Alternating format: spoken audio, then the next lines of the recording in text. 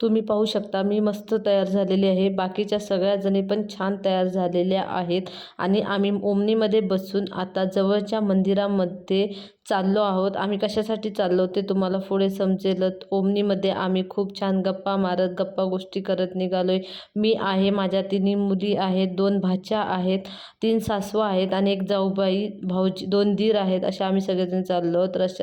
तर आता आम्ही मंदिरामध्ये पोचलो आहोत. तुम्ही पाहू शकता मंदिरामध्ये खूप गर्दी होती, कारण संक्रांतीचा सण होता आणि ओवासण्यासाठी सगळ्या बायका जमल्या होत्या. त्यात पुरुष पण होते, कारण सोमवार होता, त्यामुळे बरीच गर्दी होती. कारण ते सोमनाथाचं मंदिर आहे, सोमेश्वराचं मंदिर आहे.